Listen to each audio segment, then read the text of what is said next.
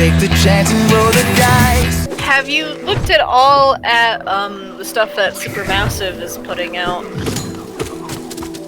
Like Man and Medan? No. I think they're more well known for Until Dawn. But they've just put out a new one called Little Hope about 5 people stuck in... It's not a lumber town, but it's somewhere in Appalachia. And it's a complete ghost town and their bus is overturned and they're trying to get out of it. And it's one of those games where, like, you control all the characters at some point and you have to make decisions and your decisions decide what happened in the narrative. Okay. And as far as I know, it's not possible to save everybody. Oh, but I have to save everyone. I know, you want to. No, not want to. I have to. It must be done. Everyone must be saved. And if not everyone is saved, then I have failed. Trust me, there are some people with personalities that you really don't feel too bad about losing. You don't feel too bad if they are not saved? And there are supposed to be clues that you can find. It's sort of set up like an adventure game where, like, there's stuff hidden around and you can poke at it and get, like, context for the narrative. And sometimes there are clues that will show you a cutscene from later and it's supposed to give you an idea of what's going to happen so you can prepare for it. But the cutscenes that they choose are so fucking bizarre and random, and they're like 2 seconds long, and you're like, how is this supposed to help me with anything? I don't know. Oh, apparently we were supposed to come back at 300. Oops. Okay, come back at 700. Well, we're at 800.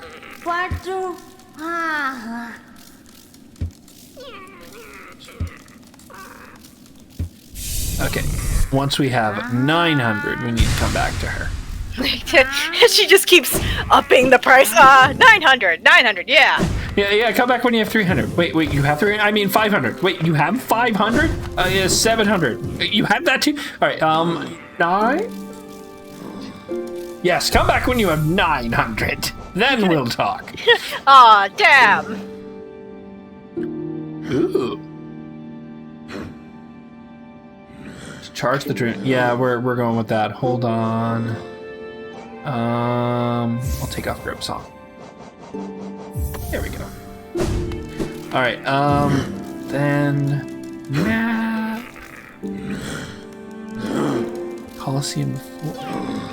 Oh, yeah, to the hive. Oh, there's not like. Oh, there we go. King Station is relatively close to where all those markers are. Yes. So,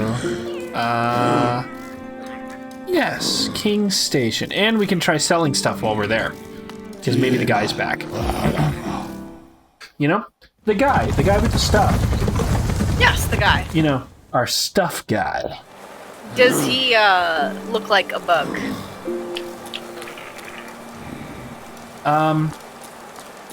I don't know. You'd have to... It seemed to me like that was a slam dunk, but okay. It's a slam dunk that he would look like a bug. I mean... Just about everybody does, so... You know, it's very likely that it looks like a bug. But I'm not going to guarantee it because it's possible that he doesn't. So,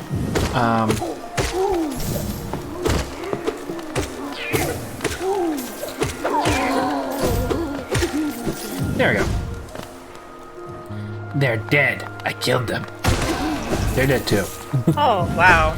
That was a little What? overkill. Just a little, but not complete overkill. Just a I little. guess that's part of the fun, is you get big enough that things are POD next to you. Eventually you're just like, you know what? No, I'm just gonna kill you because I can. All right. Oh, that's worth quite a bit. I still think we're gonna be short of our 20,000. like significantly short of our 20,000. So you just go around constantly killing stuff to get the money? War son? I mean, everything we kill gives us some money, and that's Right. why I've been wearing the gathering charm, the one that just it grabs it for us. But yeah, we're now at the point where it's just like, here, this is the fun part of the game where I just sell stuff. Aren't you glad you're watching this? Anyway, my problem with Little Hope, and actually I think it was a problem in Man of Medan as well, is they seem to be trying to really push the limits of their game engine. Okay. So the narrative will demand something happen, and quite clearly two programmers looked at each other and said, we literally can't do that. And the writers were like, we're going to do it anyway. So there is a lot of spots where, like, they'll notice something and have to do an action to get there, like walk over and lean down. And what will actually happen is they'll notice something and then teleport 20 feet already kneeling. Oh. And this stuff like that happens constantly, where quite obviously they didn't have time or didn't have the ability to actually put in the character traveling the distance and leaning over. So they're just there now. And it is so bizarre. But is it as bizarre as that one, I think it's a Sherlock Holmes game, where Watson is always supposed to be following you? Oh yeah, that one was creepy. He just, if you ever turn the camera away from him for more than, it's like 5 seconds, like it's not that long, he just is behind you now. It's not quite that bad, and actually if that happened it'd be fine, because this is supposed to be a horror game anyway. But it is very much like, last night there was a segment where one of the characters is like, give me a boost so I can climb into the second floor window. And even as he said it, I'm like, they can't, there's no way it can do that. And what you see is like a close-up of her holding his shoe, because it's supposed to be his, like, foot on her shoulder, and then he's suddenly up there. And like, I am definitely not a game developer, and I understand that there is just some things that are extremely difficult to do. And I'm sure two characters interacting is pretty complex, especially if it's an action that they only do once in the entire thing. Yeah. But it is really jarring and sometimes hard to follow. There was one scene where, like, they're standing at the end of a covered bridge, because that's your standard spooky stuff. Of course. And they see something on the other side, and I don't even know what it was supposed to be. It was obviously humanoid, but it wasn't there long enough for me to figure out what it was supposed to be. Clearly the Mothman. I mean, come on. So they see the Mothman at the other side, and more or less, they teleport from their end to the bridge to under it. And I guess the idea was they were so scared they all jumped over. Is that more or less scary for you when they just kind of teleport? It's just confusing. Because, like, I see the thing, and I know that I'm scared of it because it was a jump scare. But I didn't really get that they were supposed to be scared of it. They were just suddenly in the ravine. Did the guy move them to the ravine? Did they move themselves? Well, obviously, maybe? Maybe. Obviously, maybe.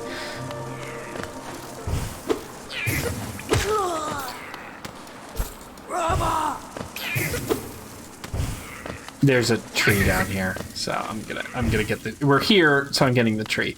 But yeah, the answer is obviously maybe. Obviously, maybe. What else could it be? Ow! Oh, that wasn't nice.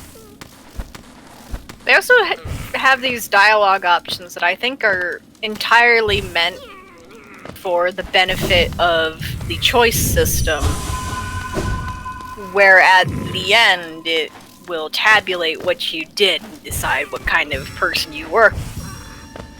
But All right. it's dialogue that, like, nobody would ever say. Oh, I love those dialogue trees like that. It's like, why is this an option? And the answer is because we needed it to be an option. We needed to give you the asshole choice. So yeah, like there was one last night where it's like you had a vision of basically a woman that was being arrested because she was accused of being a witch. All right. It's the timeline is supposed to be concurrent to the Salem witch trials, just in a different area. And so the guy finishes the vision, and he's back in the modern day, and the girl that he's with says what happened, and he has the option of either telling her about the priest doing the arrest or the woman being arrested. And I sort of feel like if this were me, I would tell you the girl exactly what I told you. I saw both, not one or the other. All of it is important information. I saw someone being accused of being a witch and arrested by a priest. Ta-da! Like, there. That's my dialogue option. Can I give that as an answer? And you no. can say one or the other, or you can just stand there and say nothing. And it's like, it feels like all of this is important information, where if I were in a spooky place, I think I would say all of it. Nope. Spooky, scary skeletons tell you you're not allowed to say all of it. Because how else will they send the shivers down your spine? Oh. That was the one that really got to me, but there was a section before where obviously it's 3 kids and 2 adults, and I guess they're on a field trip, because field trips are a thing in university. I don't know why they were on a school bus, whatever. And one of the adults is supposed to be a professor teaching the class. And he is definitely supposed to be a jerk. Like, you are not supposed to like him. He's supposed to be kind of an alcoholic and really controlling. Okay. And I guess they didn't have any other way to get this across. So instead of him doing things like, you know, they're wandering around in the dark in the middle of the night in a ghost town. So I would expect... You know, like you do on a field trip. Like you do on a very normal field trip. Don't worry about it. So I'd expect, you know, if I were a writer in this situation, to be like, okay, he's an asshole. Every time that the player character is him, he takes the flashlight away from whoever was holding it. You know, just snatches it. Great way to show that he wants to be in control and he's an asshole. Instead, what they do is have a 5-minute argument about whether or not he should throw a rock through the police station window or if the kid should do it. What? Like I'll never die. I lose my head in the starry skies.